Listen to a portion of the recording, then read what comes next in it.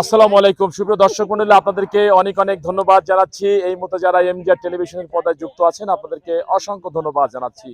এই মুহূর্তে পেয়ে গেছি এমন একজন রেফারি যিনি লেডি রেফারি হিসাবে খ্যাত এবং মাগুরার একজন লেডি রেফারি এবং বর্তমানে তিনি বিভিন্ন জেলায় তার সুনাম রয়েছে এবং রেফারি করছেন। কেমন আছেন আপনি?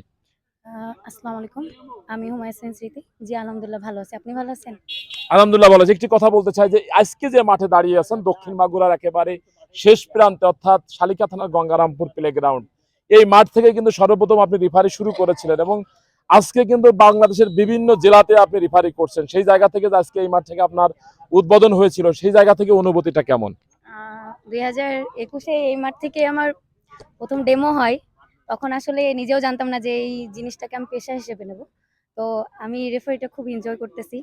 আর আগামীতে আরো ভালো কিছু করার চেষ্টা করতেছি যে অ্যাকচুয়ালি যে আমি সি লেভেলটা করছি অ্যাকচুয়ালি যাতে ফিফা পর্যন্ত করতে পারি সেই চেষ্টায় আছি। আমি আগামীতে হচ্ছে বি লেভেল করব।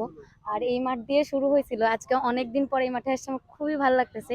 অ্যাটলিস্ট যে এখান থেকে একটা শুরু হয়েছিল, তখন সত্যি বলতে আমি একমাত্র অফসাইড ধরা ছাড়া আদার কিছু পারতাম না। আমার মানে মেন যে রেফারি ছিল ইমরোজ ভাই, উনি আমাকে এতটা হেল্প করছিল আর এতটা সাহস দিছিল, যার জন্য আমি ওই ম্যাচটা করতে পারছিলাম। ওখান থেকে যে সেই যাত্রা শুরু, এখন পর্যন্ত আলহামদুলিল্লাহ বিভিন্ন জেলায় বিভিন্ন জায়গায় আপনাদের দোয়া অনেক ভালো করতেছি।